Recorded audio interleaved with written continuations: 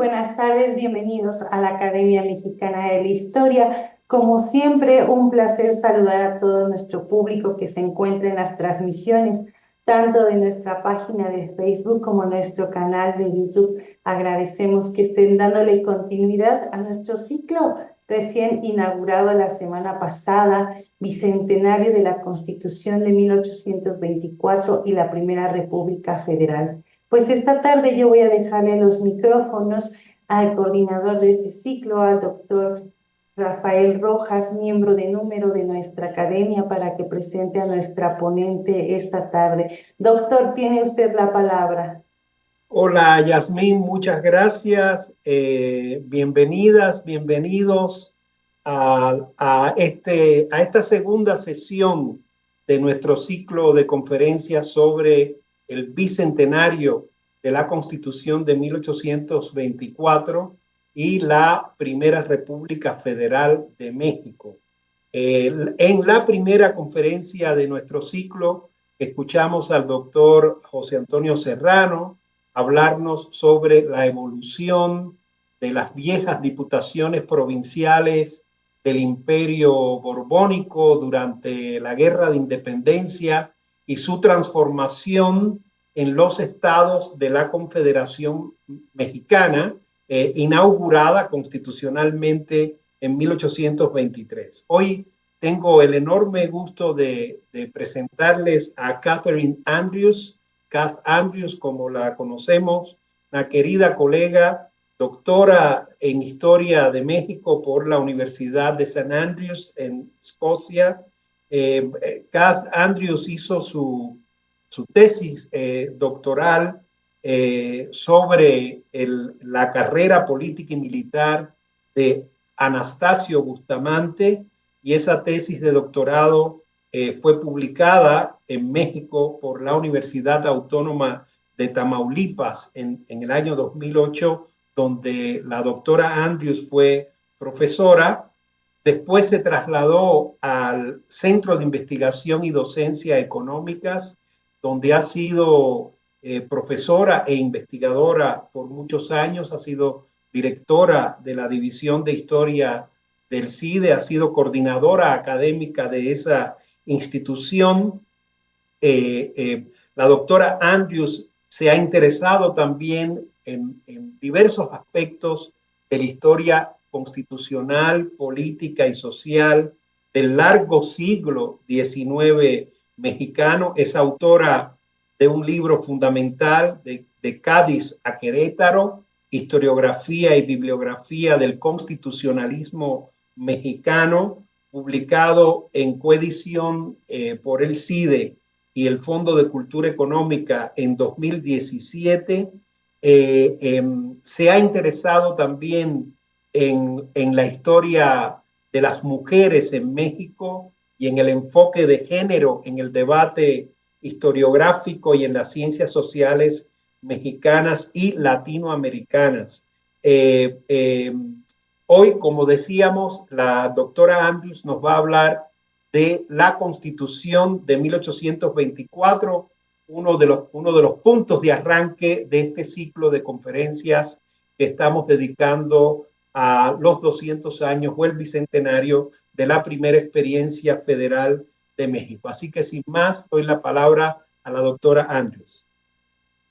Hola, muy buenas tardes a todos y a todas que nos están escuchando y viendo por las redes de la Academia Mexicana de Historia. Pues quiero empezar agradeciendo al doctor Rafael Rojas la invitación para hablar con ustedes hoy, y pues agradecer a Jazmín Jimeno por la coordinación, y a Adolfo Ortiz por todo el trabajo técnico que está realizando para que podemos estar con ustedes hoy. Entonces, bueno, yo lo que voy a hablarles hoy es un poquito sobre la Constitución de 24, y pues no voy a perderme la oportunidad de que lo que voy a decirles hoy está plasmado en un libro que acabo de publicar, que se llama El primer constitucionalismo mexicano, que está disponible en venta en librerías comerciales y, si les gusta, interesa, en la página de internet de Cherano Blanco. Entonces, si así, esos no puedo perder la oportunidad porque se acaba de salir y es necesario darle la publicidad.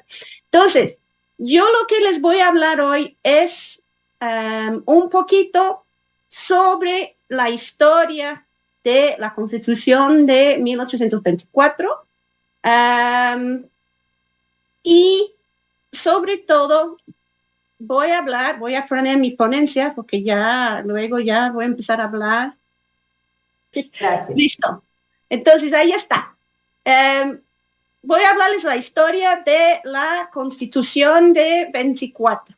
Entonces, les voy a estar platicando acerca de la historia de la Constitución en los temas que están en este contexto de la Constitución, la teoría detrás del constitucionalismo, el sistema federal y la soberanía de la nación mexicana, los derechos y la división de poderes, ¿no? Entonces, antes de empezar con todo eso, quiero dejar claro que cuando estamos hablando de la Constitución de 24, tenemos que contemplar algo más de esa Constitución. Tenemos que pensar que la Constitución de 24 funcionaba al mismo tiempo de las constituciones de los estados. Entonces, esa primera diapositiva como que les da la idea de estas constituciones y las fechas en que fueron promulgadas. Pero también, ojo, al mismo tiempo, cuando hablamos de la Constitución de 24, tenemos que hablar igualmente del acta constitutiva que se publica el 31 de enero de 24, que es un documento previo a la promulgación a la Constitución, que se da hasta octubre.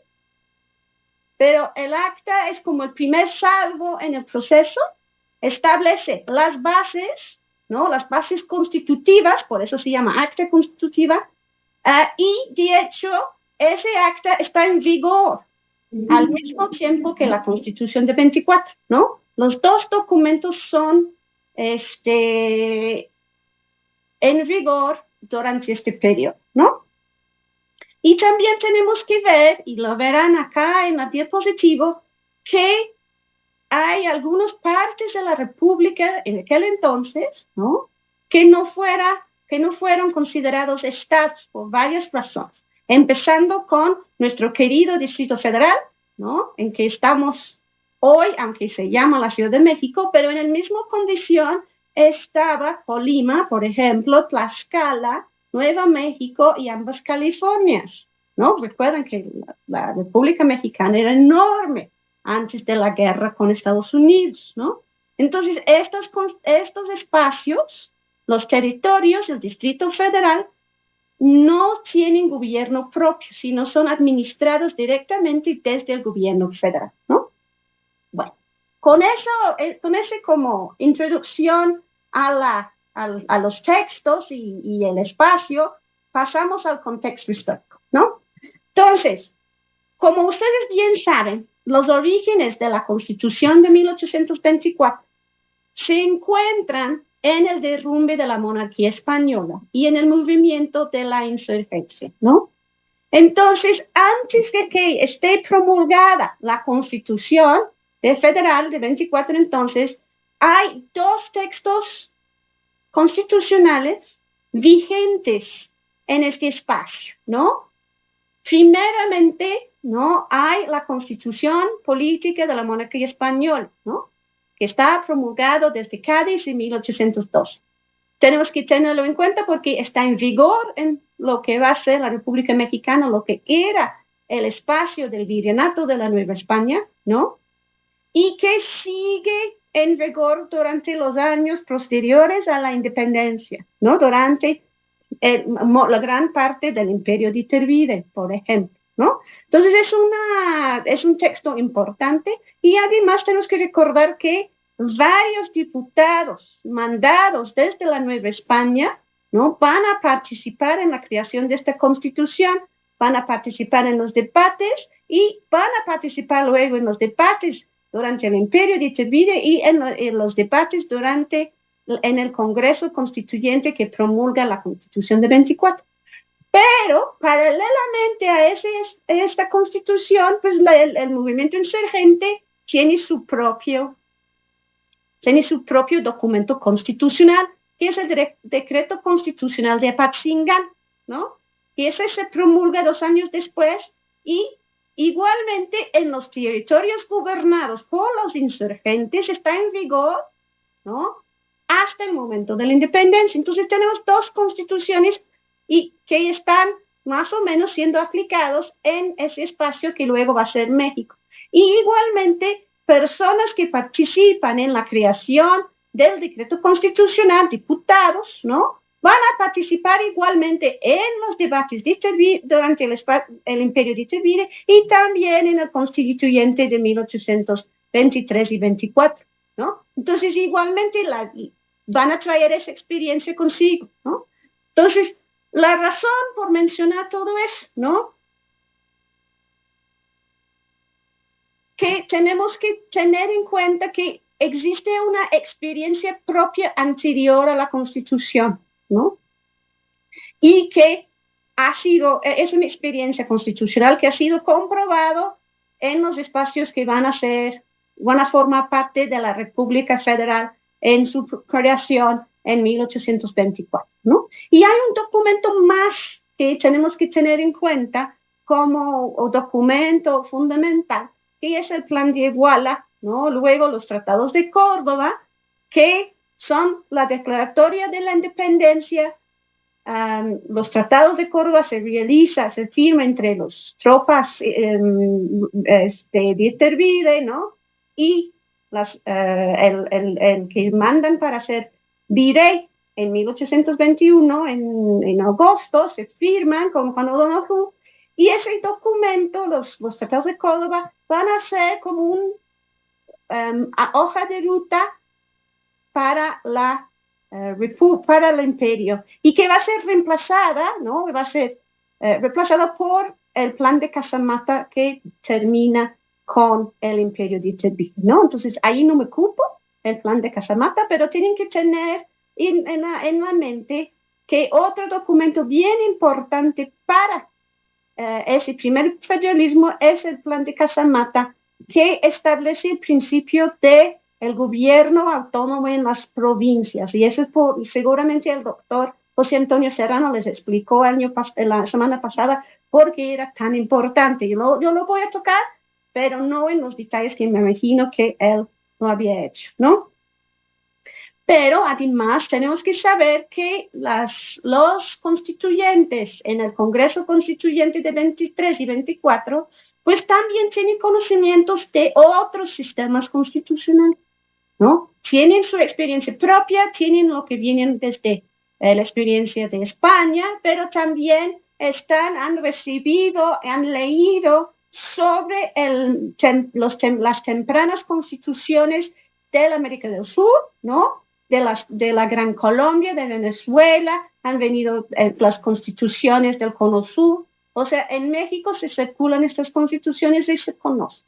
Igualmente, en este momento se conoce y se discute la Constitución Federal que se publica en Estados Unidos en 1787. De hecho, a finales del periodo de Iturbide se publica una traducción de esta Constitución norteamericana en español en la Ciudad de México, junto con una versión española de los papeles federalistas, ¿no?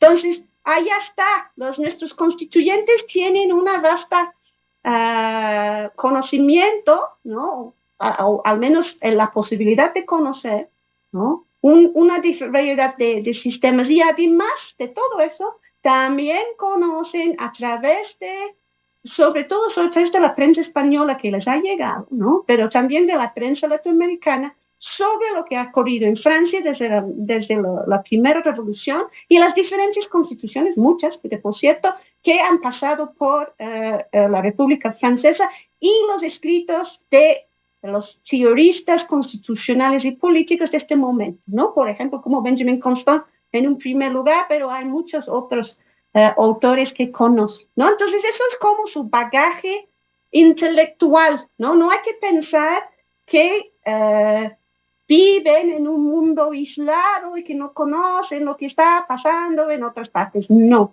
nuestros constituyentes conocen y tienen acceso a una diversidad de fuentes que van a citar y discutir en el seno del Congreso Constituyente, ¿no? Entonces, pasamos a pensar en las ideas detrás de esta Constitución, ¿no?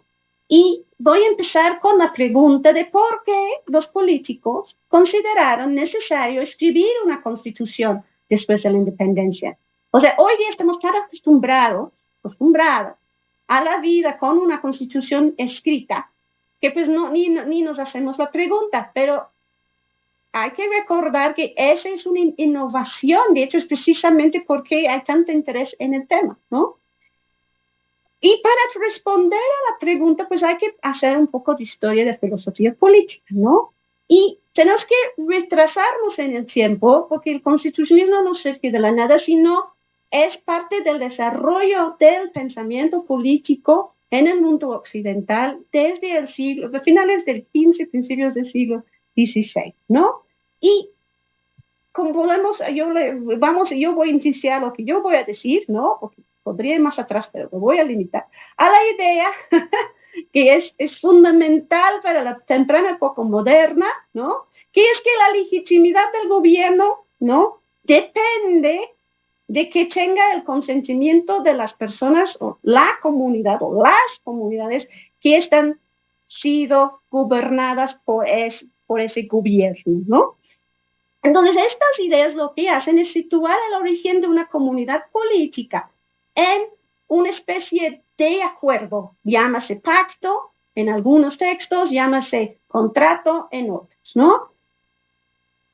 Aunque hay muchas variedades en como las formas que se teorizan la idea de un pacto, un acuerdo, un contrato, la idea ahí detrás es que ese acto es la fundacional, la creación de la comunidad política, ¿no? Y que en ese acuerdo, pacto, contrato se plasma las reglas del juego del gobierno, ¿no?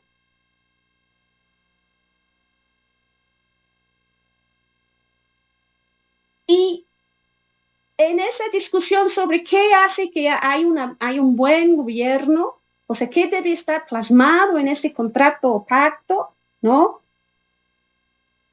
Tenemos la idea, ¿no? De que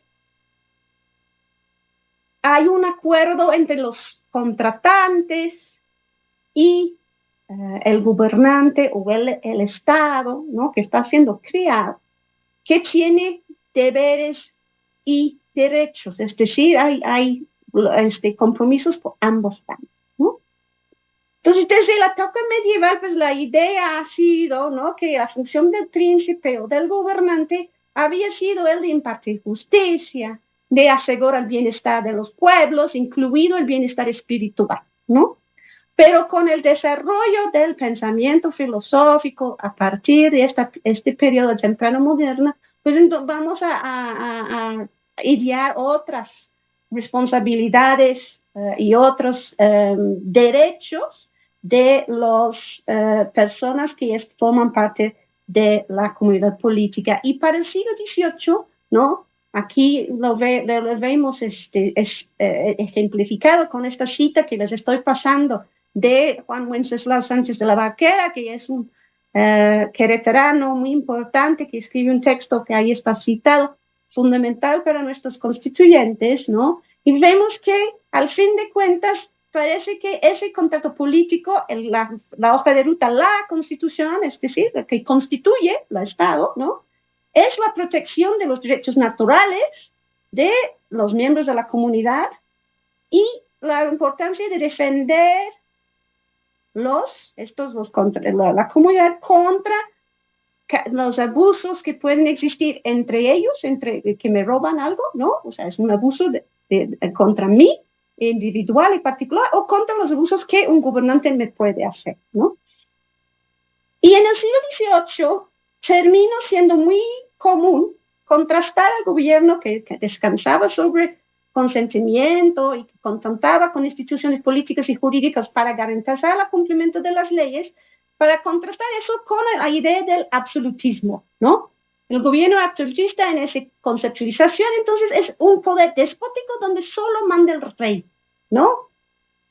Esa idea pues, está claramente expresado en el texto del Espíritu de las Leyes de Montesquieu, por ejemplo, donde Montesquieu plantea algo que hace fundamental para el constitucionalismo moderno. La idea de que para evitar el despotismo lo que hay que hacer es moderar el ejercicio del poder, dividiendo las facultades del gobierno entre diferentes instituciones y estableciendo la idea de que si haya facultades concentrados en una sola persona, eso es lo que constituye el despotismo, ¿no?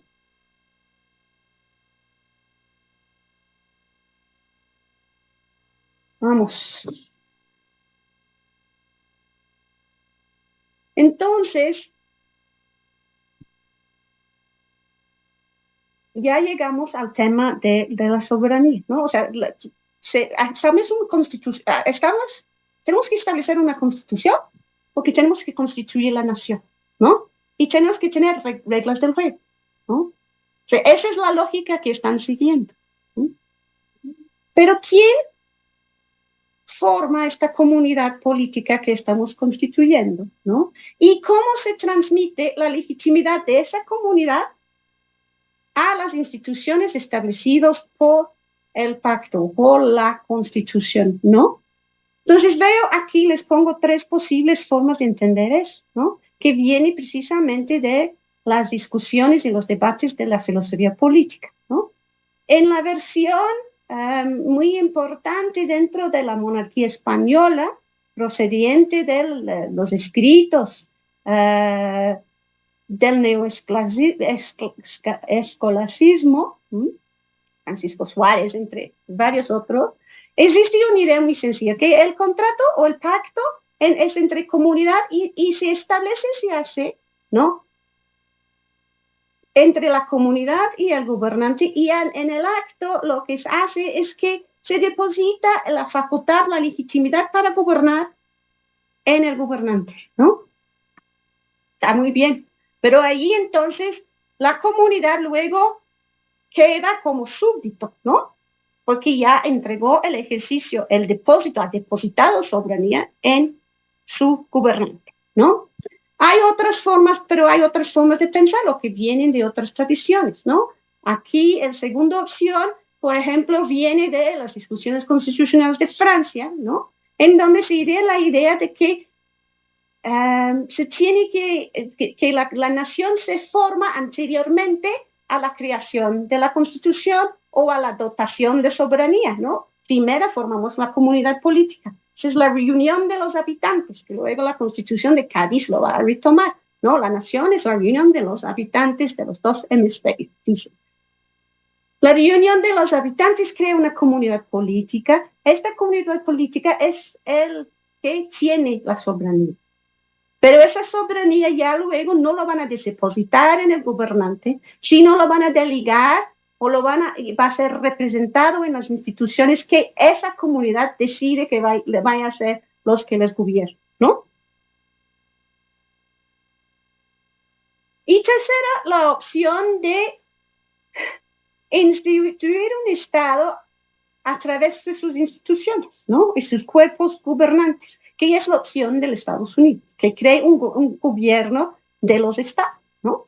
En donde lo que está representado en cada nivel de gobierno, tanto a nivel municipal, a nivel estatal y nivel federal, es la soberanía del pueblo y que está expresado a través del voto, ¿no?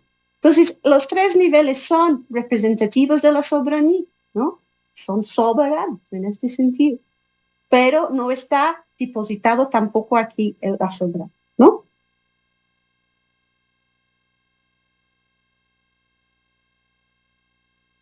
Entonces, aquí ya llegamos a la idea, ¿no? De qué tiene que tener una constitución, ¿no? Hemos establecido por qué tener una, y entonces ya hemos viendo qué es las cosas que cambian, que se espera de una constitución, ¿no? Se espera la representatividad de las instituciones, ¿no? Para que se hay la representatividad, está visto el consentimiento del pueblo, ¿no? Esperamos que las facultades del gobierno no sean concentradas en una sola persona o institución, como en el despotismo, sino que sean divididos clásicamente entre legislativo, ejecutivo y judicial, ¿no? Y esperamos que el gobierno nos va a proteger impartiendo justicia cuando alguien me roba, me ataca o en alguna otra forma me agrede, ¿no? A través de la justicia. Pero también la Constitución me va a proteger frente al gobernante que me quiere hacer daño o quiere ejercer poder de una forma que no va y que no cumple con lo que establece la Constitución, ¿no? Entonces, dado ese contexto, dada esa explicación de la fundamentación ideológica y todo lo que esperan los nuevos hispanos ya mexicanos, ¿no? De su Constitución, vamos a ver la Constitución, ¿no? Empezamos con el tema del federalismo, de que seguramente platicaron un poquito la semana pasada con el doctor José Antonio Cero, ¿no? El tema de la nación y cómo definirlo ha sido controversial desde los debates de Cádiz, ¿no? Como les acabo de decir, en esta Constitución se adopta el principio francés de soberanía nacional, es decir, el artículo 1 dice, la nación española es la reunión de todos los españoles de ambos hemisferios. Y el tercer artículo, el artículo 3 dice, la soberanía reside esencialmente en la nación, ¿no? Y que esté representada entonces en sus poderes, en sus ramos de gobierno. Pero desde el punto de vista de los territorios de ultramar, esa definición no siempre se convencía, ¿no? Porque como les había dicho, ellos como que interpretaban o veían la soberanía como algo que se depositaba. Y les preocupaba mucho depositar la soberanía en el Congreso de Cádiz o luego en el Congreso de Madrid, porque eso les quita a las instituciones de las provincias de ultramar toda facultad de decisión y organización política. Vuelven a ser solamente unidades administrativas sin facultad de decisión y les quita, ¿no?, mucha autonomía desde su perspectiva. Entonces es un debate ahí, ¿no? No obstante, esa es la definición que está vigente al momento de la independencia, ¿no? Y convive, como había sido el caso de la Constitución de Cádiz, con la institución de la Diputación Provincial, este cuerpo electo en las provincias para administrarlo, según la Constitución, pero por ser electo parece que debe tener alguna facultad de soberanía, ¿no?, de representación, ¿no? Entonces, el imperio de Iturbide, en teoría, consistía en el gobierno imperial en la Ciudad de México, ¿no?, y las diputaciones provinciales en las diferentes provincias, ¿no?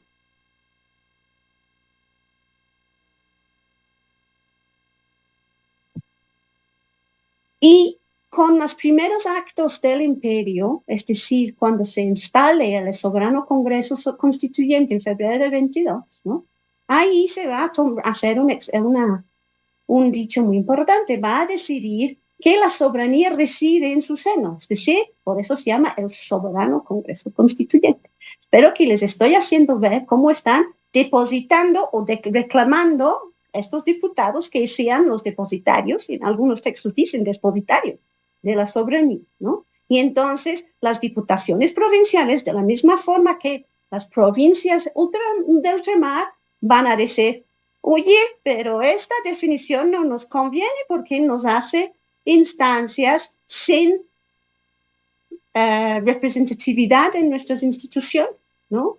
Son las instituciones que están en nuestras provincias, entonces no tienen facultades reales de gobierno porque son parte del poder ejecutivo. Entonces, la misma controversia que se presentó en las Cortes de Cádiz y en las Cortes de Madrid sobre la centralización de la soberanía en el poder legislativo se traspasa y se repite en el espacio mexicano durante el imperio de Iturbide. Pero claro, la realidad es algo distinta, ¿no? Porque recuerden que el imperio de Iturbide sigue un periodo de la insurgencia, en donde hubo una situación de enfrentamiento violenta y guerra abierta o de guerrillas en muchísimas partes de Nueva España, ¿no? Lo que en efecto había cortado el control de la Ciudad de México, había empoderado las élites de las ciudades, ¿no? Y había introducido la cuestión del gobierno militar como una instancia, ¿no?, de autoridad en las provincias, ¿no? Entonces, el imperio de Iturbide convive con una realidad en donde las facultades de gobierno y el entendimiento de donde reside la soberanía no corresponde necesariamente a la Ciudad de México, sino está disperso en las instituciones de las provincias, empezando con la Diputación Provincial. Y es por eso, como les decía, que el plan de Casamata es fundamental, ¿no? Entonces vemos aquí qué dice el plan de Casamata. Dice, siendo inconcluso, es decir, no cierto, que la soberanía reside exclusivamente en la nación, como había dicho el Congreso de 22, ¿no? Se instalará el Congreso a la mayor brevedad posible, ¿no? Artículo 9. En interín, contesta el Supremo Gobierno de lo acordado por el Ejército en este plan, la Diputación Provincial de esta provincia será la que delibere en la parte administrativa si aquella resolución fuese de acuerdo con su opinión. Eso es donde primero la Diputación Provincial de Veracruz y luego las demás diputaciones que adoptan el plan de Casamata afirman su independencia de la Ciudad de México y dicen, nosotros vamos a encargarnos de nuestros gobiernos, ¿no? De hecho, varias de las provincias igualmente van a alegar que con los actos de Iturbide, ¿no?, y de cerrar el Congreso, etcétera, etcétera, se había disuelto el pacto original hecho en el plan de Iguala, ¿no? Y que la nación, las comunidades políticas, de nuevo se encuentran en estado de naturaleza, es decir, sin tener un pacto que lo une. Entonces, vamos a iniciar de nuevo, están diciendo, ¿no? Vamos a volver a votar un Congreso y vamos a volver a hacer las reglas, porque ya no está en pie los acuerdos anteriores, ¿no? Y de hecho, cuando ya cae el imperio de Iturbide, cuando se reúne el Congreso en abril de 23, van a dar de baja el plan de Casamata, perdón, el plan, los tratados de Córdoba y el plan de Iguala, ¿no? Y adoptar ahí la ruta del Casamata, ¿no? Y es en este contexto, ¿no?, que se empieza a perfilar la idea de que tener facultades gubernativas en las provincias, en sus instituciones de administración y ahora gobierno, ¿no?, es una forma efectiva de frenar el despotismo o el ejercicio del poder desde la Ciudad de México, ¿no? Entonces, ojo, están adoptando ese argumento de Montesquieu, ¿no? Ahí vemos la cita, ¿no?, de la Diputación Provincial de Guadalajara en 23. Dice, ojo, ¿no? Si no volvemos a pensar en reunir un nuevo Congreso Constituyente, ¿no? Y si vamos a tener un Congreso que se dice soberano, ¿no?, como el Soberano Congreso de 1822. Y ahí ellos se acaparan toda la soberanía, todas las facultades gubernativas. Entonces, vamos a tener despotismo. Al despotismo de uno, el rey, va a suceder el despotismo de muchos. Vais a tener tantos tiranos, tantos déspotas, tantos absolutos, tantos Iturbides cuantos son vuestros diputados. Es decir, la idea misma de la soberanía nacional en un solo institución legislativa, que es el poder legislativo, está siendo calificado y definido como un sistema de gobierno no simplemente centralista, sino despótico. Y para que no sea despótico, dicen los estados que luego van a apelar para que se adopte el federalismo o el confederalismo, sería que tenga facultades gubernativas y representatividad de la soberanía, ¿no? Las instituciones de gobierno de las provincias. De esta forma se divide el ejercicio de las facultades y los estados son un dique contra el ejercicio de poder desde la Ciudad de México, ¿no?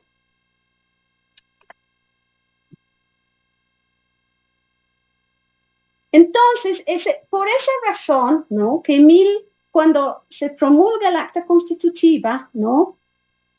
Sus primeras declaraciones son sobre la soberanía, ¿no? Y establece, ¿no? Que la nación es soberana, ¿no?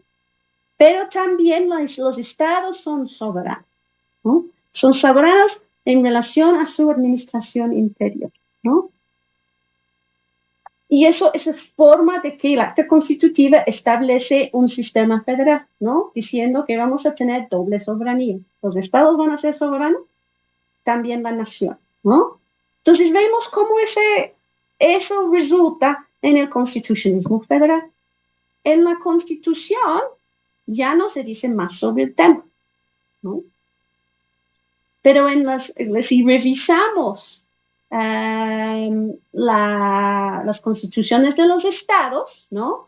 Vemos que ellos establecen una definición de su propia soberanía, ¿no?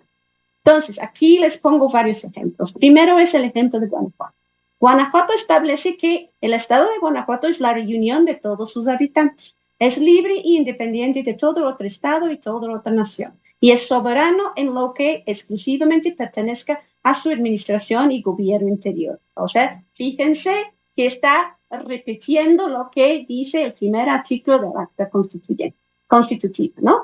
Que los estados son soberanos y libres e independientes en lo que exclusivamente toca su administración federal, ¿no? Y la soberanía reside esencialmente en el pueblo y su ejercicio en los supremos poderes. Y frente a la nación, frente a los poderes federales, dice en el artículo 3, el Estado delega sus facultades y derechos a los supremos poderes de la nación conforme al pacto federal. Entonces, se establece que el estado de Guanajuato es la reunión de sus habitantes. Recuérdense, ese es el lenguaje de la Constitución de Cádiz. La nación española es la reunión de sus habitantes, ¿no? Guanajuato entonces se está declarando nación, una comunidad política que forma a sí mismo parte de otra comunidad política que es la nación mexicana, la República Mexicana, a que delega, no da, no deposita y no está representada esta soberanía, sino está delegada en los supremos poderes de ese gobierno, ¿no? Entonces es una de las formas que se establece esa relación en el constitucionalismo federal, pero no es el único. Aquí viene el cuadro que nos muestra la diversidad de la forma que se establece en la constitucionalismo, en las constituciones de los estados, esa soberanía. Entonces, los estados que piensan como Guanajuato son la mayoría, ¿no? Tenemos Chiapas, Durango, Chihuahua, Estado de México, Oaxaca, Occidente, que es Sonora con Sinaloa, que separa en 1830 a ser Sonora y Sinaloa, ¿no? Querétaro, Sinaloa, cuando se separa, Tamaulipas, Jalisco y Veracruz.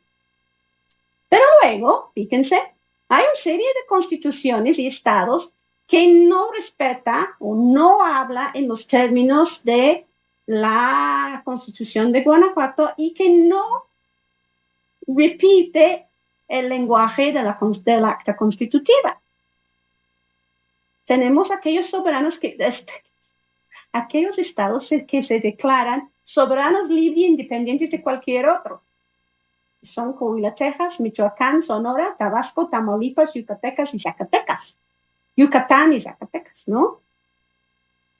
De hecho, en la Constitución de Yucatán es la más chistosa, en mi opinión, porque si lees la Constitución de Yucatán, no puedes saber que forma parte de una federación hasta que llegas a las facultades del Poder Legislativo yucateco, que va a ser importante más adelante en esta plática, en donde dice que el Legislativo yucateco puede reclamar ante la federación las leyes que infringen sus derechos. Pero ahí, si no, o sea, es difícil saber que Yucatán no es un estado-nación independiente, ¿no? Luego hay otro grupo de constituciones que son interesantes con los de Nuevo León y San Luis Potosí, en donde adoptan esta idea que les decía de Estados Unidos, ¿no? ¿Se acuerdan que es una reunión donde de instituciones que representan al pueblo en los diferentes niveles?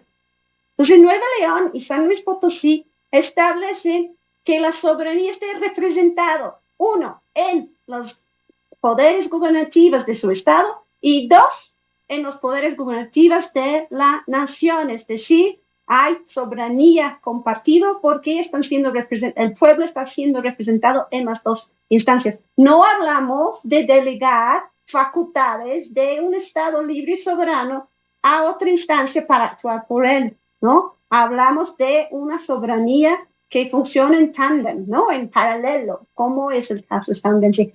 Y finalmente tenemos el caso de Puebla, que no tiene declaración alguna acerca de la soberanía, ¿no? Entonces, tenemos que tener mucho cuidado cuando hablamos del federalismo en su naturaleza en el primer constitucionalismo. Es un poco correcto tomar la definición ofrecida por el acta constitutiva como si eso establece las bases para toda la república. También es muy cuestionable tomar la definición ofrecida por la Constitución de Guanajuato, Chiapas, aunque sea mayoritaria, y decir que es para todos, ¿no? Lo que tenemos que decir es que el federalismo tiene definiciones distintas en distintas partes de la república, y existen estados en donde ni siquiera están muy claros en definir su propia soberanía, ¿no? No es una sorpresa que uno de estos estados sea Puebla, ¿no? Que es parte de los estados más importantes del virreinato y en el centro de la república, ¿no? No han sentido desde Puebla la necesidad de separarse de la Ciudad de México, ¿no? Como por ejemplo Jalisco o como por ejemplo Yucatán, ¿no?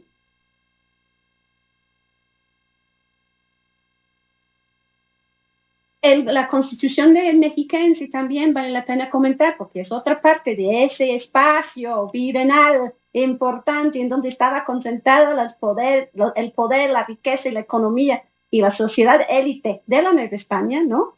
Esa Constitución en el artículo 3 establece que su Estado se sujeta a los poderes generales de la Federación en todos aquellos puntos que la Constitución Federal ha fijado con atribuciones de dichos poderes, ¿no?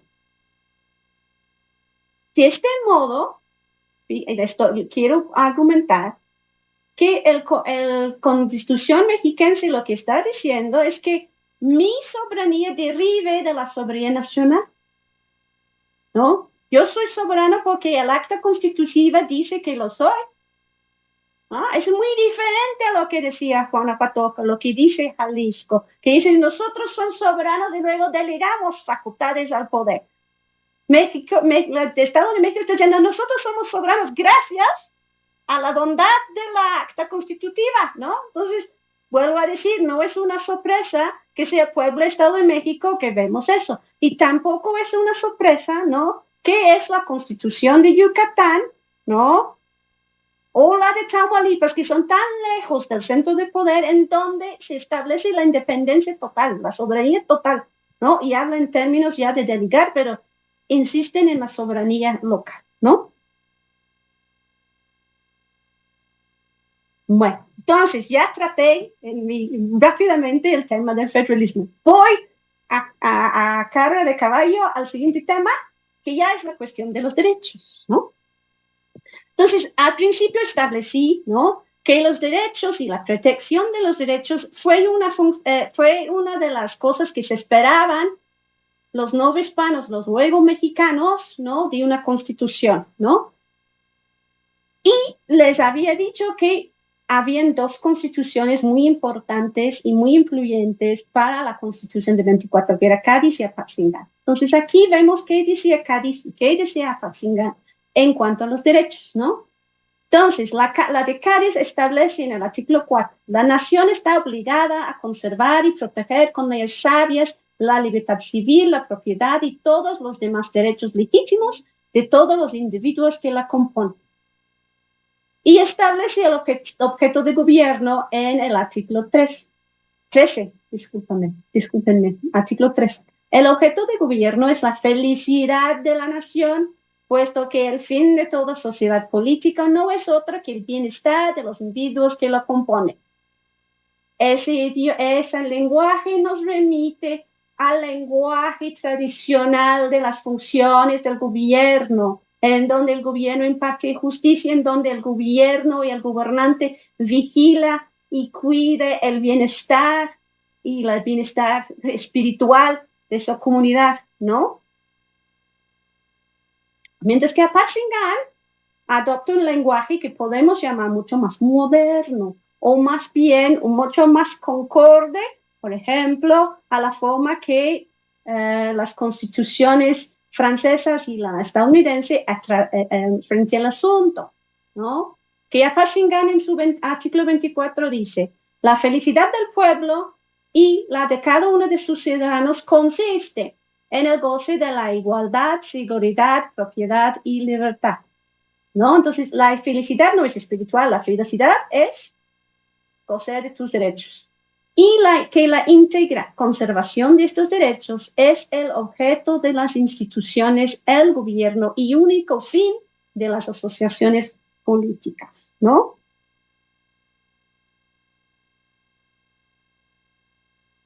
Ya se me descompuso aquí mi lista, espérenme, perdón. Ok. Ya no quiere pasar.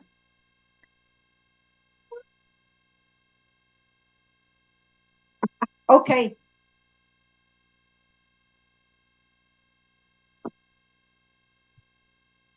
¿Cómo es en la Constitución de 24? Bueno, es muy interesante. En la Constitución de 24 no hay una lista de derechos. No hay ninguna derecho. La única derecho que existe es la de la imprenta, la libertad de imprenta que la Constitución encarga a los estados proteger, ¿no?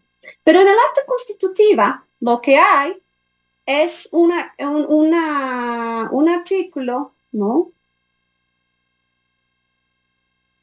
Que dice que la nación está obligada a proteger por leyes sabias y justas los derechos del hombre y del ciudadano, ¿no? Entonces, en el acta constitutiva, por eso les quería insistir que el acta constitutiva forma parte del constitucionalismo.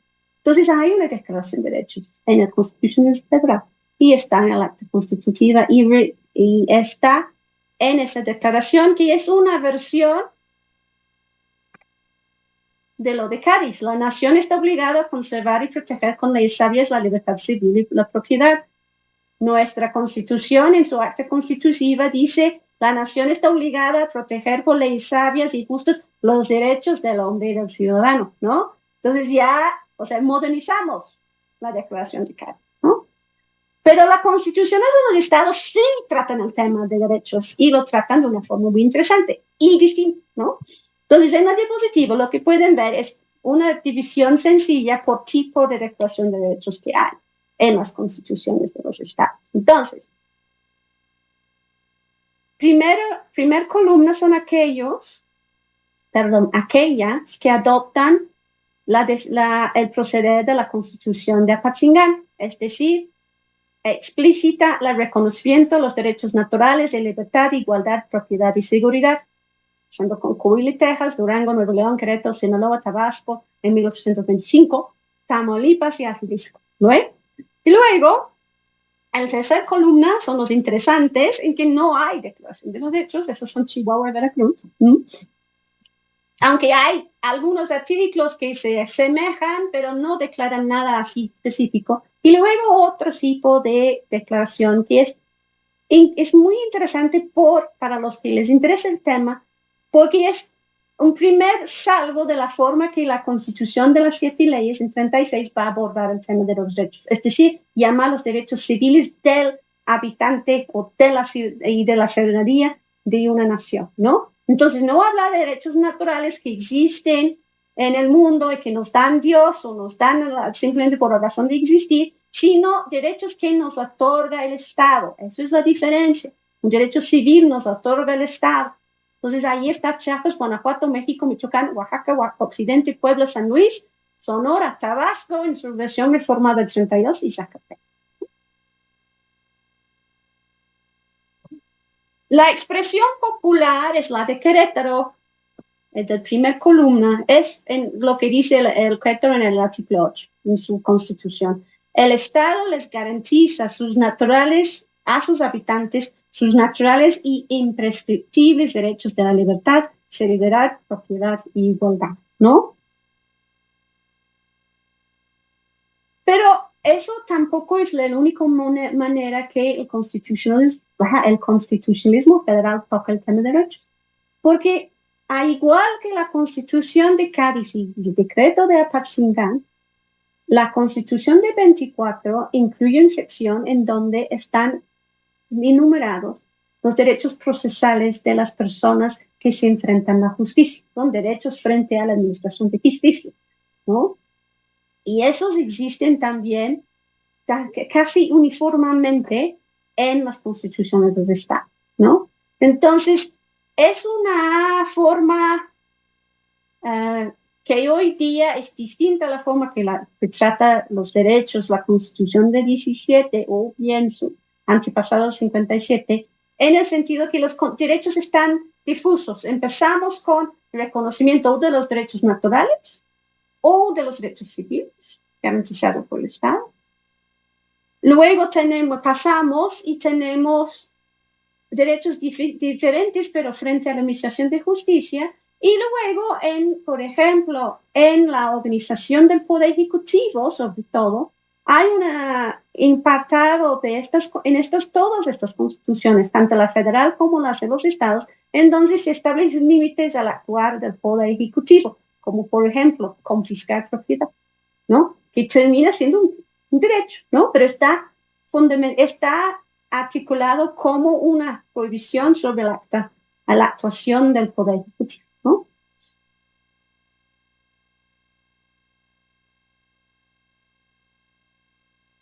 Entonces, ¿esa diferencia qué significa? Bueno, yo argumento lo siguiente. Hay dos formas de entender este fenómeno, ¿no? Cuando hablas de los derechos naturales, de libertad, igualdad y propiedad y seguridad, estamos hablando de derechos que existen porque son naturales, anteriores al estado político, ¿no? Puede que el estado natural precede el estado político. Entonces, los derechos naturales así existen y, como diría Locke, se instituye el gobierno para protegerlo, ¿no? Pero existen independientemente si existe Estado o no, ¿no? El Estado está obligado a proteger a sus ciudadanos, pero los derechos existen en el mundo antes de la Constitución, ¿no? Y que en este entonces vuelve a ser muy importante, ahí voy a regresar a lo que dice Wenceslao Sánchez de la Barquera, ¿no? Una constitución perfecta debe dar a los ciudadanos una garantía contra los insultos de los mandatarios del gobierno y una inviolable confianza de que mientras cumple sus obligaciones, nadie le ha de incomodar ni le ha de oprimir, y que si por desgracia incurre en alguna falta o en algún delito ha de ser castigado y conducido al juicio, ¿no? Entonces, la Constitución, ¿qué es lo que se requiere? Dice Wenceslao de la Barquera. Dice, una formal declaración de derechos, requiere una declaración formal de derechos. Esto es fijar los términos de la igualdad y los límites de la libertad y las obligaciones recíprocas que contraen con el Estado y el Estado contrae con los ciudadanos, así como el establecimiento de los límites de los poderes en una distribución justa y racional. Yo quiero argumentarles que los derechos se encuentran dispersos y que encuentran hasta intentos de frenar la actuación de algunos poderes frente a la ciudadanía, frente a la comunidad política, es una forma esa es la forma que entienden que está garantizando los derechos, ¿no? La Constitución es un garante de derechos, ¿no? Pero una vez que vas a argumentar que los derechos son civiles y otorgados por el gobierno, por la Constitución a los estados, entonces el Estado tiene la obligación, ¿no?, de ofrecerte formas de reclamar los abusos a tus derechos, ¿no? No sé si me están entendiendo la sutileza de la descripción, ¿no? Uno, que te vamos a proteger los derechos creando un sistema en donde no te los pueden violar y si te violan te puedes pedir recurso, ¿no? Y otro es decir, vamos a establecer la Constitución y asimismo vamos a tener un sistema que te da una avenida y un vehículo por el que quejar cuando te agreden los derechos, ¿no? O sea, no es simplemente la división de poder, sino tiene que haber también instrumento, vehículo o juicio que puede seguir, ¿no? Entonces, a eso me llega a la cuestión de qué hacer cuando no se va a verse la Constitución, porque no se van a sorprender, las conversaciones sobre ese tema no han cambiado en 200 años, ¿no? Ahorita nos preguntamos por qué los funcionarios no obedecen la Constitución, ¿no? ¿Por qué la Constitución existe, pero es como si no existiera, porque se hacen lo que les da la gana? Bueno, eso decía también en 1824, ¿no? Lo mismo, los mismos términos de discusión, que la justicia no se imparte, que los ladrones se escapen, que no hay justicia para los pobres, ¿no? O sea, todas las discusiones de hoy existían en el siglo XIX, pero eso no quiere decir que la Constitución no contempla hoy, ni contemplaba ayer, formas de denunciar infracciones a la Constitución y mala actuación por parte de los funcionarios, ¿no?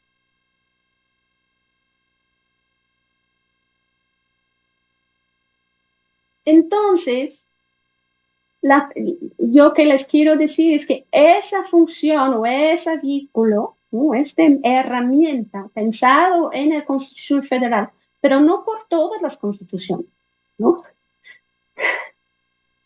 Pero como el derecho a petición es un derecho natural, existe fuera de este constitucionalismo, ¿no? Pero bueno, les quiero preguntar qué es el derecho de petición. Las constituciones estatales varias, ¿no? Por ejemplo, aquí tenemos una lista al lado, la primera columna de mi diapositiva, que dice cuáles son las constituciones que reconocen el derecho de petición individual. Coahuila, Texas. Yo no leo. Coahuila, Texas, Michoacán, Oaxaca, Occidente, Querétaro, San Luis, Tamaulipas y Yucatán. Y también hay derecho de petición para las legislaturas. Y ahí está el caso de Chiapas, Nuevo León, Oaxaca, Occidente, San Luis, Yucatán y Zacatecas.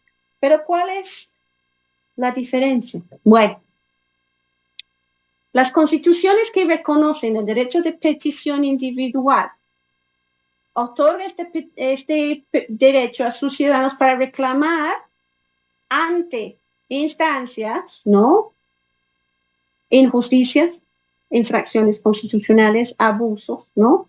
Se supone que esos van a las legislaturas y las legislaturas disponen. Pensamos en la cuestión de los funcionarios. Ahí es donde la cuestión de las impugnaciones en el Congreso, ¿no?, son el clave, ¿no? Impugnas a la actuación del ministro X en el estado de Tamaulipas y lo oye el Congreso de la legislatura local y decide ahí si hay lugar a formar causa en contra ellos. Y si hay lugar de formar causa, se pasa al Supremo Tribunal de Justicia del Estado y ahí se sanciona al funcionario, ¿no? Entonces, es el uso de la petición. Pero ustedes conocen el derecho de petición en otros momentos. Piensen en las representaciones de los ayuntamientos, de los representantes de las iglesias, en frente a políticas, distintas políticas durante de la Primera República Federal, ¿no? En 1833 hay una lluvia de peticiones desde ayuntamientos y desde congregaciones de feligreses de iglesias en contra de las reformas que introduce Valentín Gómez Farías en su vicepresidencia, ¿no? Eso es un ejemplo. Están pidiendo que se rectifique, que no se publique, que se dé de baja estas leyes que argumento que afectan a sus intereses y sus derechos, ¿no? Eso es un derecho de petición. Pero también en otra columna tenemos lo que había yo comentado en relación a la Constitución de Yucatán, donde se faculta, ¿no?, a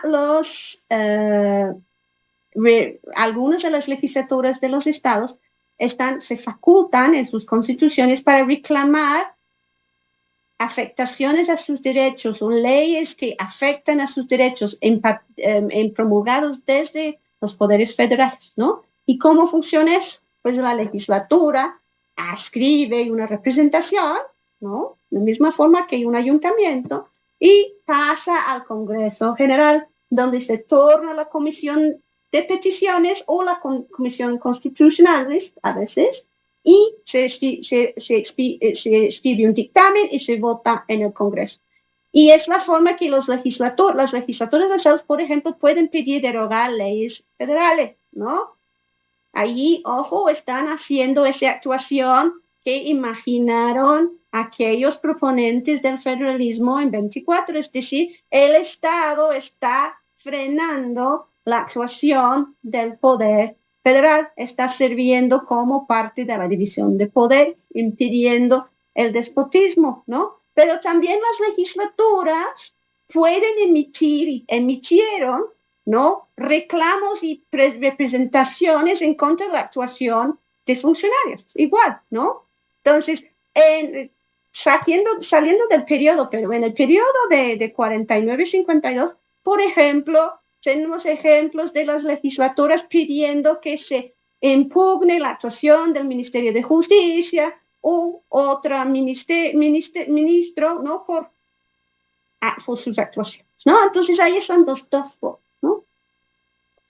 Y claro, ¿qué hacer si son las legislaturas de los estados que infringen los derechos de los ciudadanos o los poderes de los estados que expiden leyes que no son conformes a la Constitución Federal?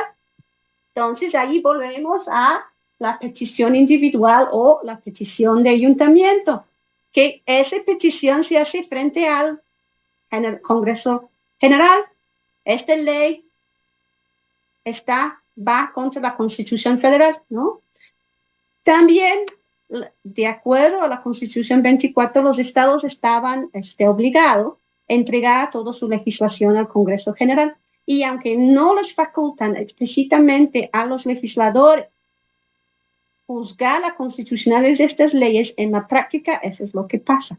De hecho, hasta se juzgan en el Congreso General de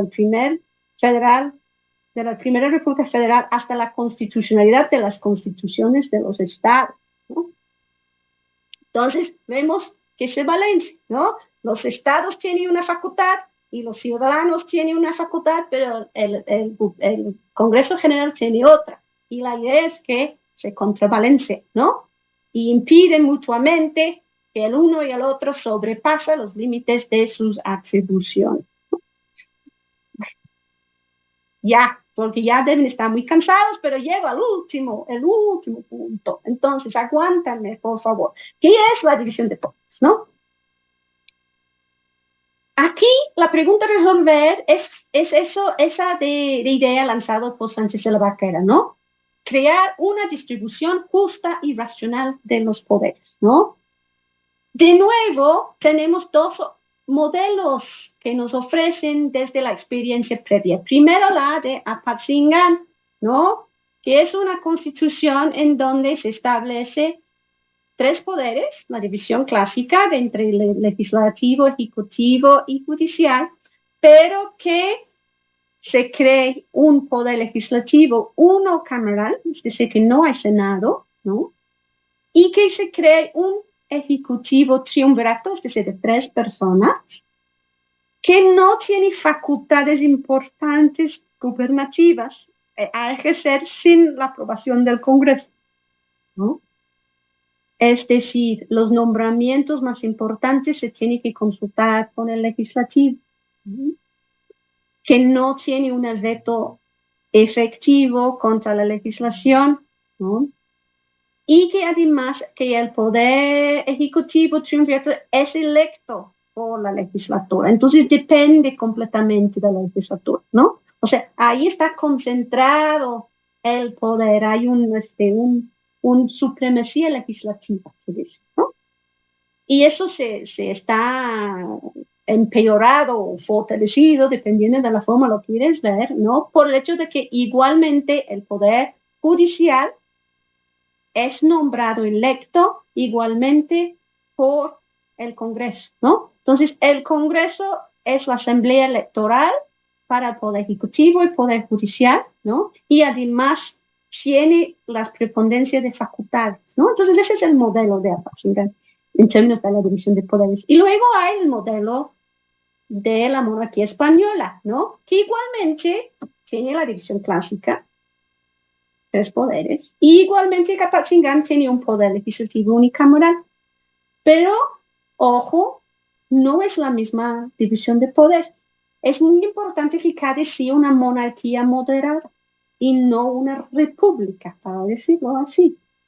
En una monarquía moderada, lo importante es la moderación del poder. Entonces, el poder legislativo tiene que ser moderado, que ser frenado, que no ha sido el caso en Apatzingán, ¿no? Porque hay supremacía legislativa sin freno.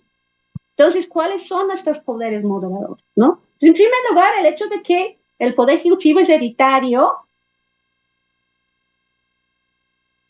y independiente del poder legislativo. Solo en caso de un fallo familiar estirpe, donde no está claro la sucesión pasa lo que pasa, lo que piensan los legisladores, ¿no? Y además, el rey, dentro del sistema de separación de poderes en la Constitución de Cádiz, está pensado como una parte del poder legislativo. De hecho, dice, poder legislativo o el potestad legislativa está en las cortes con el rey.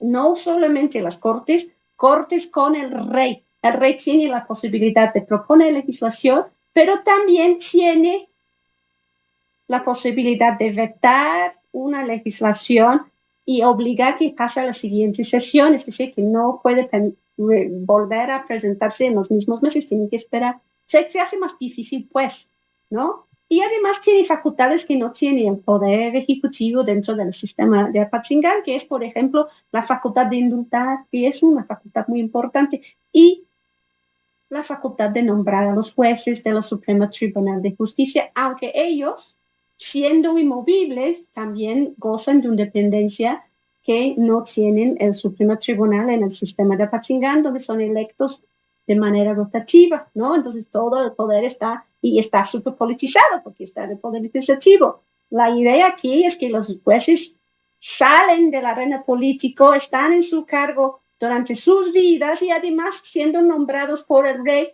luego son inmovibles, ¿no? Entonces tenemos 2 sistemas muy distintos. Uno en donde la Suprema Legislativo está a todo dar y otro en donde hay una supremacía legislativa importante, y un poder ejecutivo importante, pero que ambos están moderados, frenados por las facultades de otros poderes y la existencia de otros, ¿no? Entonces, ¿qué pasa en Constitución de 24? ¿No? Entonces tenemos una versión un poco mezclada de las 2 cosas, ¿no? O sea, no es correcto decir que se copió ni cuando hablamos del federalismo, ni cuando hablamos de la división de poderes. No hay copias aquí.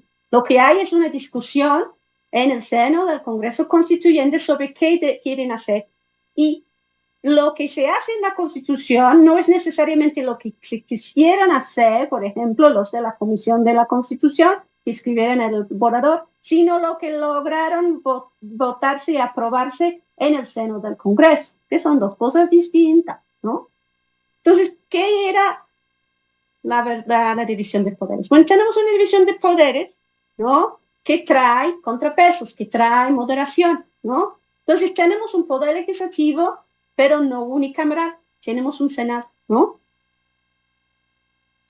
Tenemos un Corte Suprema de Justicia electo por las legislaturas del Estado, pero inmovibles y vitalicios, ¿no? Entonces tenemos independencia en el Poder Judicial, ¿no? Pero tenemos al mismo tiempo un poder ejecutivo bastante débil, ¿no? Es débil porque tiene veto, pero no es muy efectivo, y porque tiene el sistema de gobierno establece, no, perdón, el sistema de elecciones establece que el presidente es el que gana en primer lugar y el vicepresidente es el que llegó en segundo. Ese es su rival más cercano, ¿no? Es como tener a AMLO de presidente, ¿no? Y que había sido Ricardo Anaya su vicepresidente, ¿no? Imagínense cómo se hubieran llevado las mañaneras. En este caso, habíamos tenido dos mañaneras, la mañanera del presidente y la mañanera del vicepresidente. Bueno, eso es lo que sucedió en los principios del siglo XIX. ¿Quiénes que organizan las rebeliones en contra de la presidente? Siempre el vicepresidente, ¿no? Entonces tenemos un poder ejecutivo algo débil. Y además tenemos principio de supremacía legislativa muy marcado.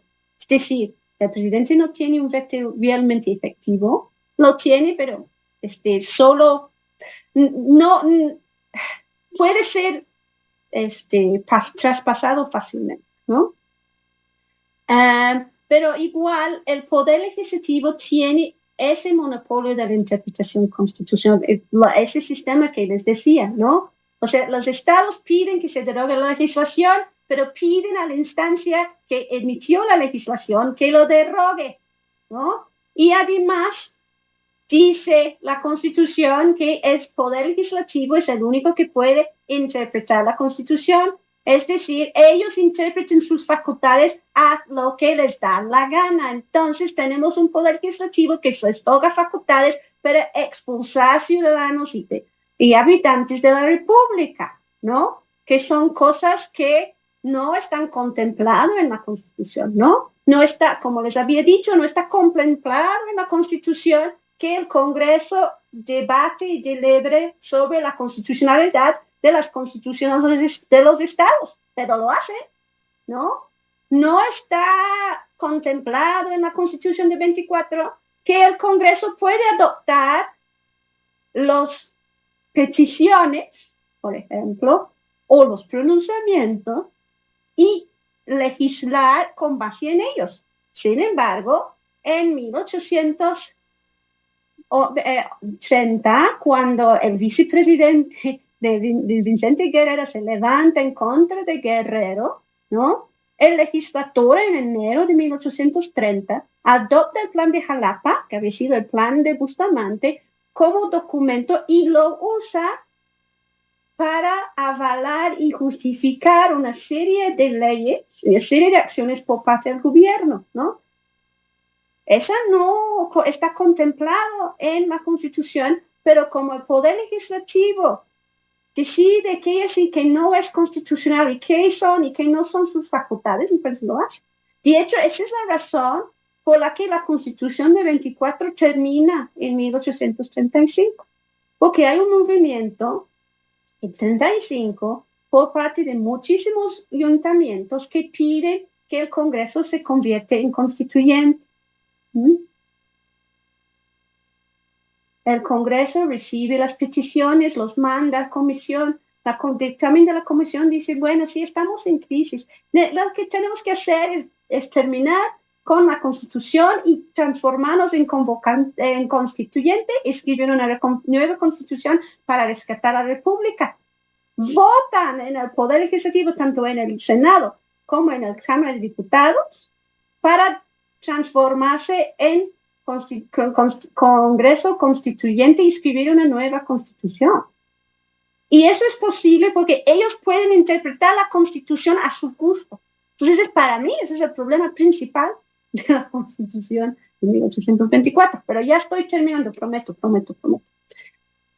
Pero la parte bonita, ya expuse las partes que no me gustan, pero la parte bonita de eso es lo que les decía del federalismo, ¿no?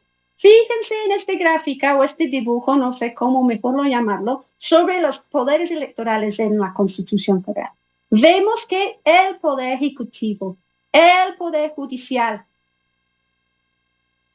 y el Senado son electos por las legislaturas de los estados, mientras que la Cámara de Diputados es electo por las juntas electorales de los estados. Entonces, la idea detrás de todo eso, recuérdense, es que la Cámara de Diputados es representante de la soberanía nacional. Entonces, las juntas electorales de los estados están conformados por los electores votados primer nivel en parroquia, luego a nivel distrito, ¿no? De electores que pasan al capital del estado para votar por los diputados.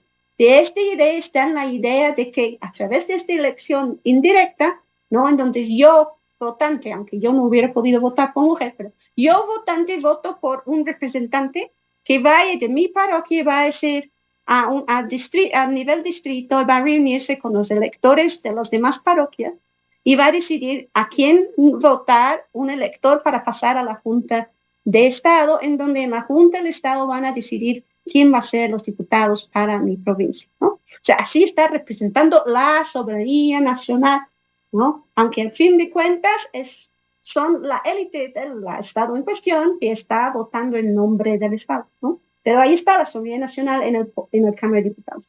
En las demás instituciones, la facultad está en los órganos electos en las legislaturas de los estados. Entonces, tanto el Poder Ejecutivo como el Poder Judicial como el Senado son representantes de los estados, entendidos, recuerdan, como la reunión de sus habitantes. Entonces, esta es otra forma en donde el federalismo como parte del sistema de división de poderes se hace presente, ¿no? Porque tenemos una representación moderada, ¿no? La soberanía nacional está siendo moderada por la soberanía de los estados. Y la idea entonces, ¿no? Es que de una forma u otra se contrabalancean, ¿no? Se equilibran y así aseguramos que la Constitución funcione, ¿no? Bueno, ya llegó a mi fin, ¿eh? Listo, las conclusiones. 1, como empecé diciendo, la Constitución de 24 es un texto complejo cuya interpretación adecuada, ¿no? Solo es posible al incorporar el análisis de su función con relación a las constituciones de los estados. No podemos entender la Constitución de 24 en aislamiento. No hace sentido y podemos llegar a conclusiones erróneas, ¿no? 2. Es una obra designada, creada expresamente para cumplir con los preceptos del derecho constitucional tal y como ellos lo entendían en el momento, ¿no? Con base en las lecturas que ellos habían hecho, ¿no? Y es erróneo y incorrecto pensar que nuestros constituyentes simplemente copiaron uno u otro modelo o una u otra idea que venía del exterior y lo impusieron en México, sino es un producto del debate y la discusión, y como dije cuando hablé de la organización de la división de poderes, es producto de los votos en el Congreso Constituyente. Entonces, muchos de sus problemas o sus rarezas están porque votaron en todas las instancias y a veces el plan maestro que se quería seguir pues, se cambió, o se, ¿no? Igual que cualquier otra cosa. O sea, lo que se propone y lo que se hace son dos cosas distintas y es la discusión luego que es fundamental, ¿no?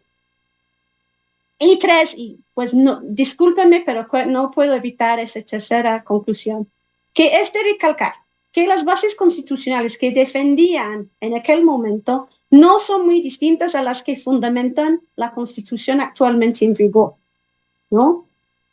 Y creo que en este momento en que nos encontramos, que parece tanto al siglo XIX, debemos pensar por qué los constituyentes y luego los diputados y los gobernantes y todas las personas que participaron en la construcción de esta Constitución querían introducir instituciones y prácticas que permitían la moderación y el freno de los actos de la autoridad y que permitían la posibilidad de reclamar las infracciones y los abusos y los actos cuestionables de los gobernantes.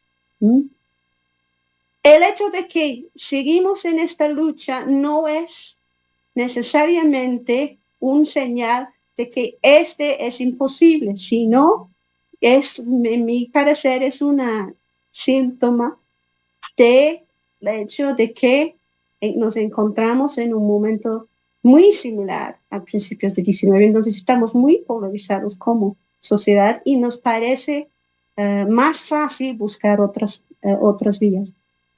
Pero quiero terminar diciendo que a mí, en lo particular, creo que debemos seguir pensando en por qué querían escribir una constitución de la forma que lo escribieron y qué significa para nosotros hoy día que exista esa constitución que al fin de cuentas es la base de la constitución que hoy día tenemos. Muchas gracias.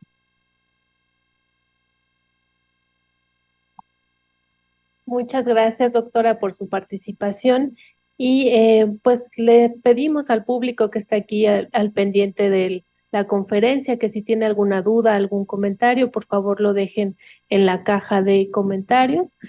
Por lo pronto ya le hicimos llegar una pregunta al doctor Rojas para que pueda darle lectura. Y, sí, bueno, primero, muchísimas gracias, Kat. Yo creo que ha sido una presentación espléndida sobre diversos procesos políticos y constitucionales simultáneos, ¿no?, que hubo entre 1812 y 1824 entre la Nueva España y México, porque hablaste de la evolución de la soberanía nacional, del federalismo, de la dotación de derechos fundamentales, que es la parte que consideramos tradicionalmente normativa o dogmática de una constitución, a la división de poderes, la parte más orgánica, y al final incluso hablaste del sistema electoral. No parecía que estaba en tu guión inicial, pero también lo hiciste y hablaste y creo que insististe mucho en que no se puede pensar aquel México federal naciente desde un punto de vista centralista unitario. Es una contradicción en los términos. Hay que pensarlo desde su federalismo radical, desde las realidades políticas específicas de cada uno de los estados y sus procesos de constitucionalización que, como tú bien describiste, fueron distintos. Y creo que es también, creo que le das la razón en tu presentación, al igual que José Antonio Serrano la semana pasada, de por qué elegimos un enfoque también desde los estados para repensar este bicentenario, estos 200 años de aquella primera experiencia de gobierno federal. Mira, hay dos preguntas, la primera es más comentario que pregunta. Voy a darles lectura una por una, pero yo después quería aprovechar tal vez algunos lugares comunes de la historiografía mexicana y de la historiografía latinoamericana para hacerte yo mis propias preguntas y que tú puedas desarrollar algunos argumentos. La primera intervención que nos llegó de nuestro auditorio es de Sergio Naime Párez, y hace una pregunta que tiene que ver un poco con la parte final de tu conferencia, que es el carácter fundacional o no de la Constitución del 24 para el México moderno. Él dice, Te leo textualmente como lo que nos presentó él. Dice, parece que primero nació la nueva nación en 1821 y luego se promulgó la Constitución de 1824 y viceversa. Te lo dejo ahí para que tú le respondas. ¿Ahora? Sí, yo creo que una a una mejor, sí. Ok. Sí, o sea, por eso está la comunidad política se forma o se declara con el plan de Iguala, ¿no? En términos en ese términos de la filosofía política que se entienden en que están moviendo y cómo entienden ellos mismos sus procesos, si están fundando la nación al promulgar y luego secundar el plan de Iguala, ¿no? Si están, o sea, luego se va a inventar, de hecho, en el Congreso Constituyente de Iturbide, que la nación ya está constituida, ¿no? No estamos en un estado de naturaleza. Está constituida la nación gracias a la Plan de Iguala y los tratados de Córdoba, ¿no? Ya existimos como nación, ¿no? Vamos a escribir la Constitución, pero ya no estamos en un estado de naturaleza, ¿no? Y luego con los actos de Iturbide, que como parecen desde el punto de vista de muchos traicionar aquellos pases que se habían promulgado con la independencia, ¿no?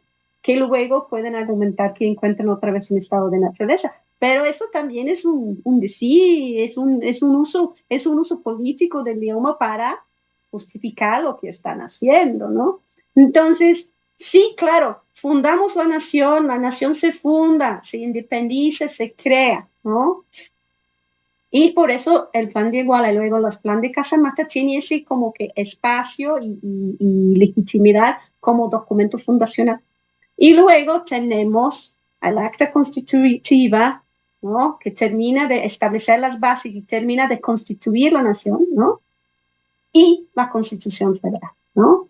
Y es un proceso que, pero como bien dices, Rafa, tardó mucho, ¿no? Tardó mucho en ocurrir, pero la nación ya existe y por mucho que muchos políticos y observadores en la Ciudad de México sienten que la nación se está divirtiendo y derrumbándose, ¿no? Yo lo que veo en los documentos cuando lees desde los estados es que desde los estados también están en el entendido y sienten parte de una nación, ¿no?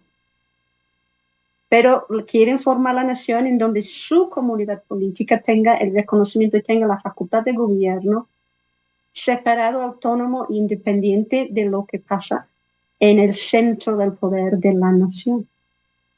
Muy bien, aquí hay otra pregunta más concreta, más específica, que supongo que te llevaría un tiempo responder, pero Raquel Díaz pregunta si además de Miguel Ramos Arizpe, ¿qué otros diputados tenían experiencia constitucional en el constituyente de 23-24? O sea, son muchos. Tal vez podrías mencionar algunos. ¿Sí? Pues no es muy fuerte recordar nombres así.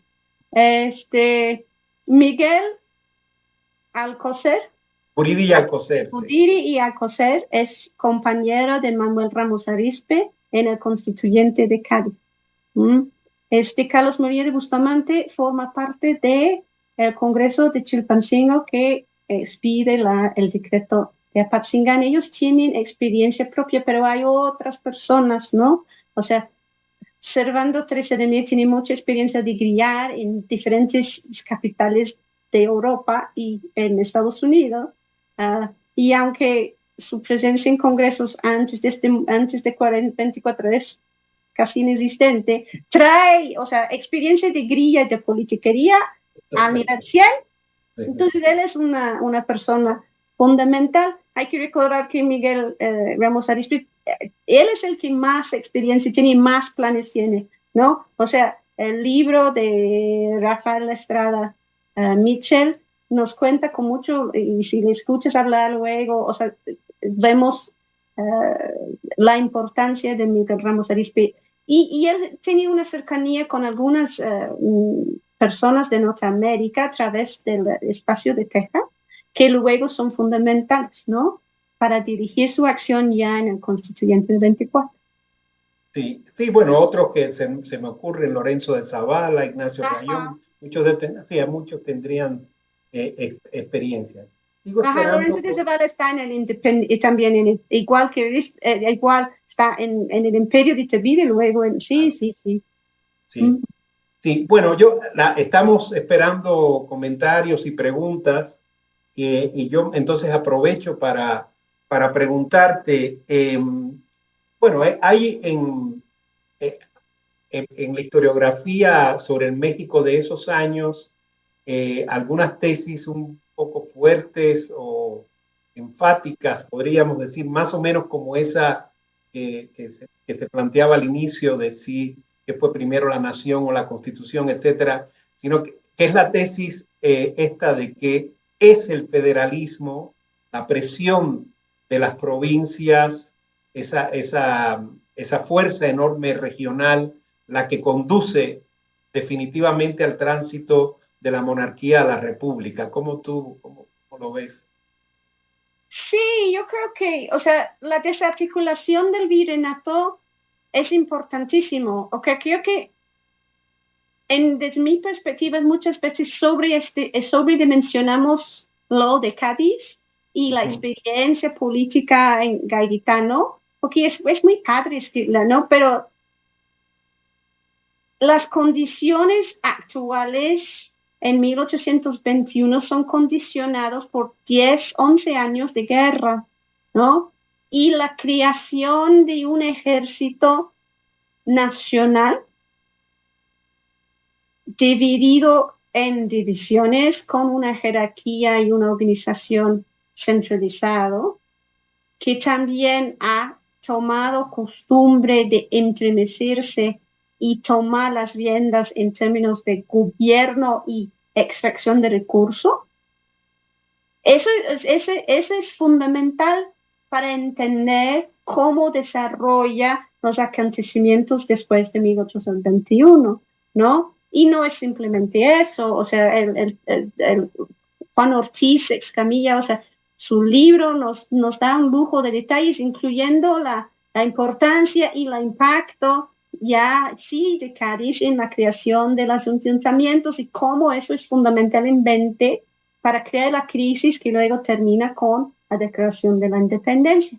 Pero podemos volver a las tesis de Marcelo Carmagnani, ¿no? Y de Brian Hamnet en términos de la articulación de las élites provinciales, luego van a ser estatales, ¿no?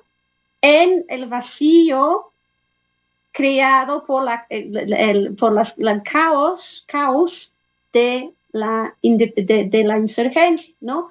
El corte de relaciones y comunicaciones de la Ciudad de México con los diferentes centros regionales, ¿no? Son fundamentales para crear allí una autonomía ya preexistente, ¿no? Es precisamente la fuerza de ese articulación política en los centros provinciales que luego va a ser detrás del reclamo en 21 para que haya diputaciones provinciales en otros lugares que no son aquellos designados por la Constitución de Cádiz, que son bien poquitas, ¿no?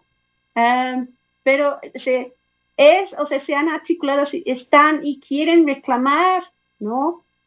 Un espacio que ya lo han creado y defender este espacio y defenderlo frente a lo centralizado de la monarquía, sobre todo el sistema comercial, ¿no? O sea,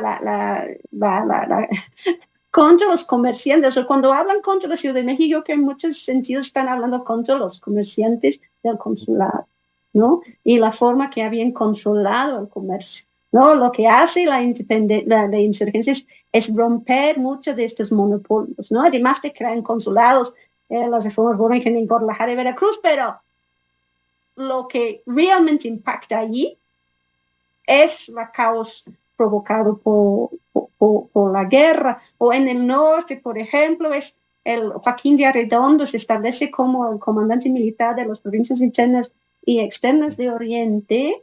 O sea, muchos de su poder y su autonomía es porque está muy lejos de la Ciudad de México y tiene que tomar decisiones y decide, ¿no? Actuar como le parece. y pues le importa, ¿no? No le importa tanto lo que le mandan decir desde la Ciudad de México. De hecho, con la correspondencia, según recuerdo, con Arredondo, con el virrey, llega a ser más que ríspida. En algún momento Arredondo le manda una mapa del norte, incluyendo Texas, para explicarle al virrey tan lejos es para él ir a Texas a enfrentar a los rebeldes de Texas, ¿no? Así, Sí. entonces, sí, o sea, son las condiciones, crees expectativas, ¿no? Que luego con la independencia, y además habla de libertad y que nos vamos a liberar, o sea, que Barbara Tenenbaum dijo hace mucho, o sea, ¿qué esperaban? Que se desaparecieran todos los impuestos, ¿no? Eso es lo que hace Iturbide, luego que entonces es todo un problema para, ¿no? Y para dimensionarlo, cuando Iturbide llega, y eso es la investigación de Jesús Hernández, ¿no? Cuando llega al gobierno de la Ciudad de México y empieza a pedir recursos desde los diferentes espacios, resulta que su espacio efectivo de mandato, de donde sí le mandan dinero, es el Valle de México. O sea, el imperio era centralizado, pero no quiere decir que Iturbide mandaba más allá del Valle de México, ¿verdad? Sí. Otra pregunta que nos llega de Juan Pablo Escobedo, más o menos era una pregunta que yo te quería hacer.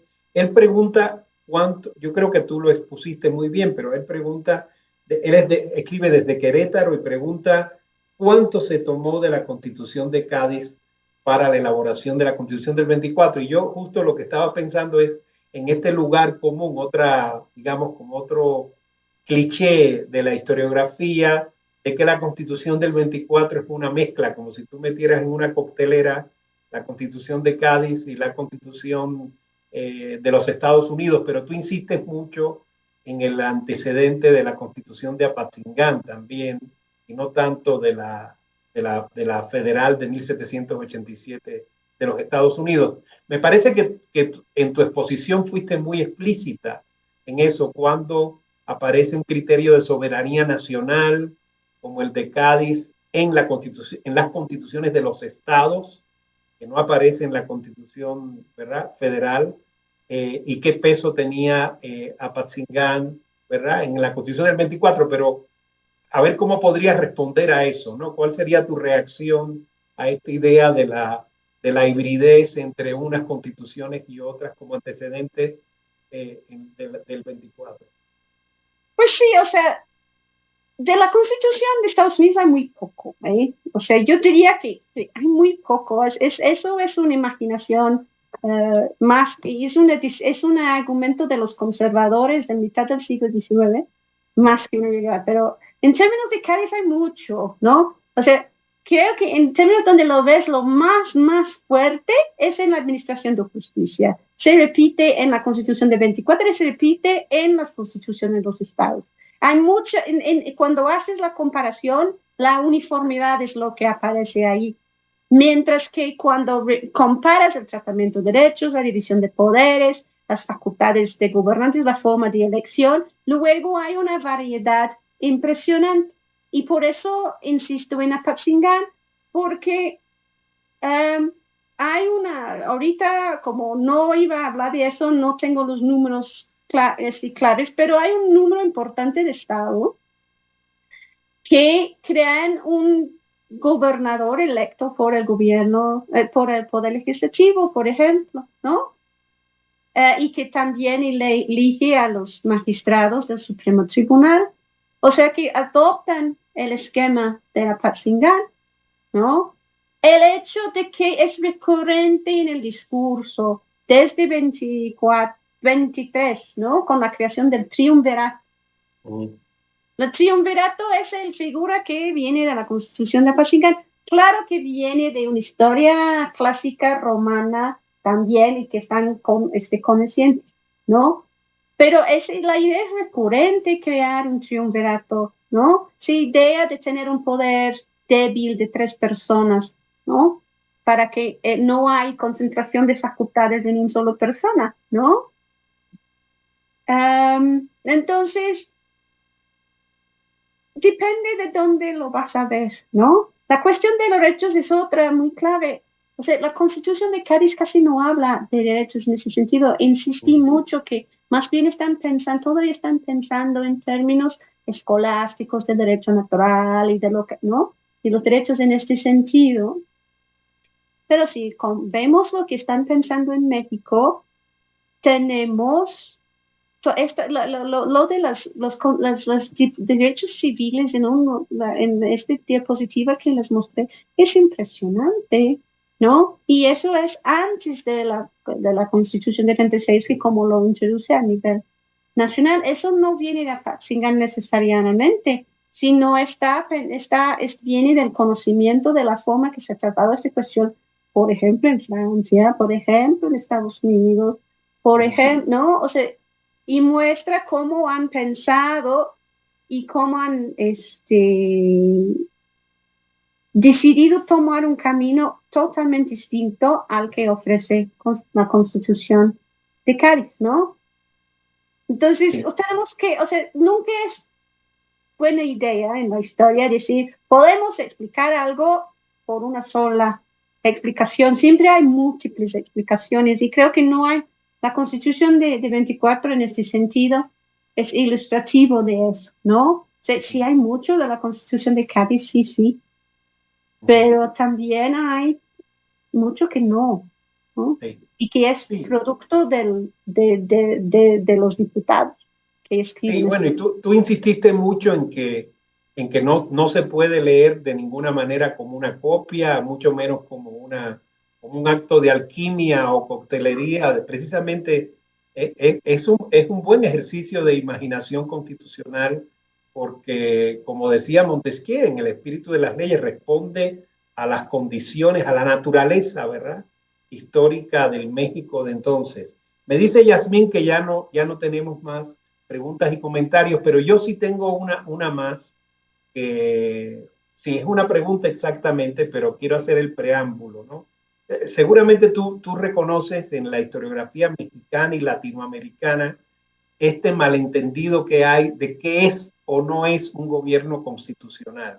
Que muchas veces se atribuye a la constitución precedente, pero muchas otras veces cuando se dice que es un gobierno inconstitucional, se quiere decir que no ha sido electo democráticamente. O sea, hay una confusión entre la teoría política y la historia. Y en la historiografía sobre el México de la Primera República Federal abundan las imágenes de, digamos, el gobierno de Vicente Guerrero como el primer gobierno inconstitucional. Hay un autor muy conocido, no voy a decir su nombre, que decía que era la primera sucesión presidencial no desasiada, o desasiada, más bien desasiada, no de acuerdo con las reglas, digamos.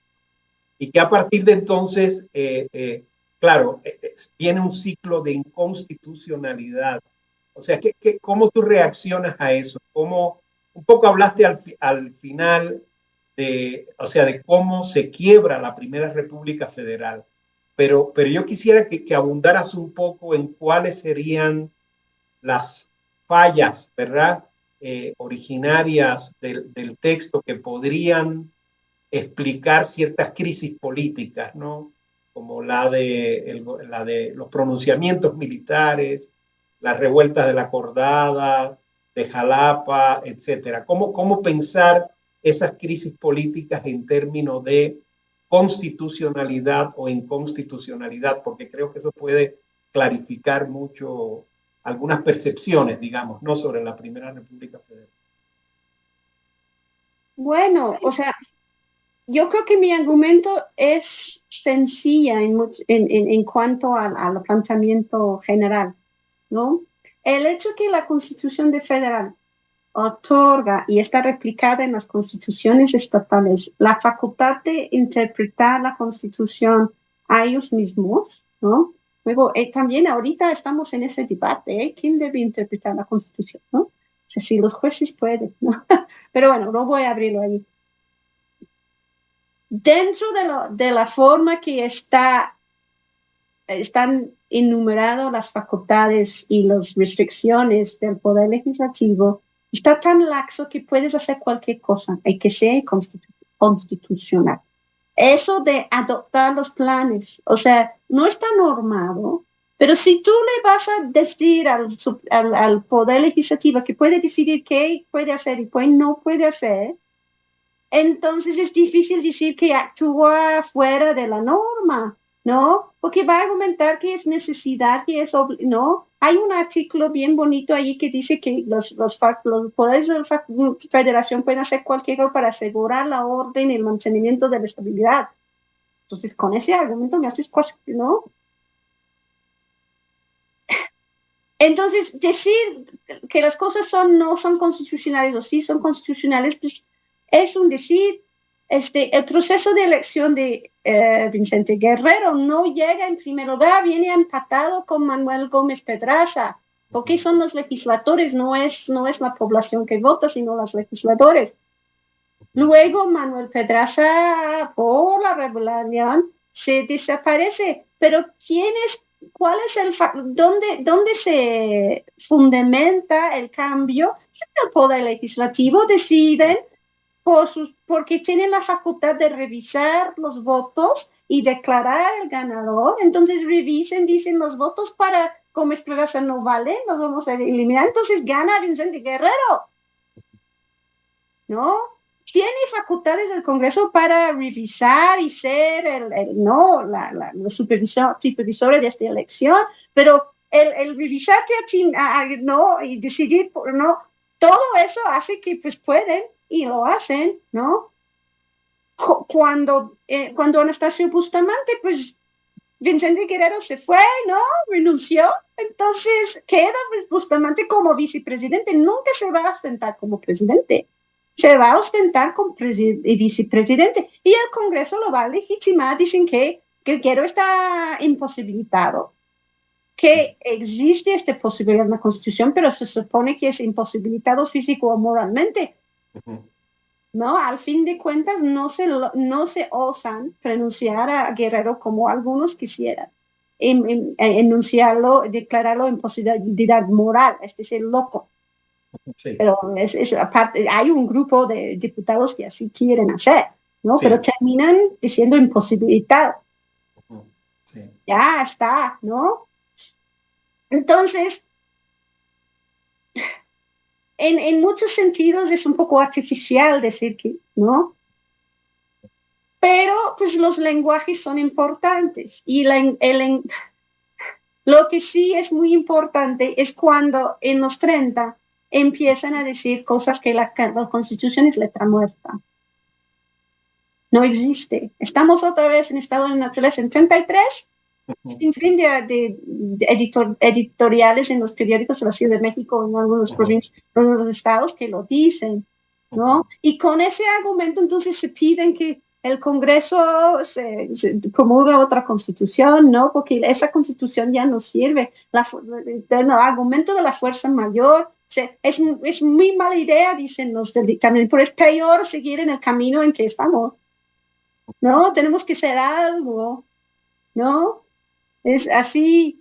Pero exactamente la primera experiencia federal culmina cuando se inicia otro proceso constituyente que decide, ¿verdad?, el giro. Ajá, y es su problema de inicio. O sea, ahí hay un problema que hace que, o sea, ahí se estropea, en mi opinión, mucho, porque por mucho que puedes criticar al sistema en donde el Congreso decide, el que el Congreso decide da debajo de la Constitución, escribe una nueva, ¿no? Sí, luego sí.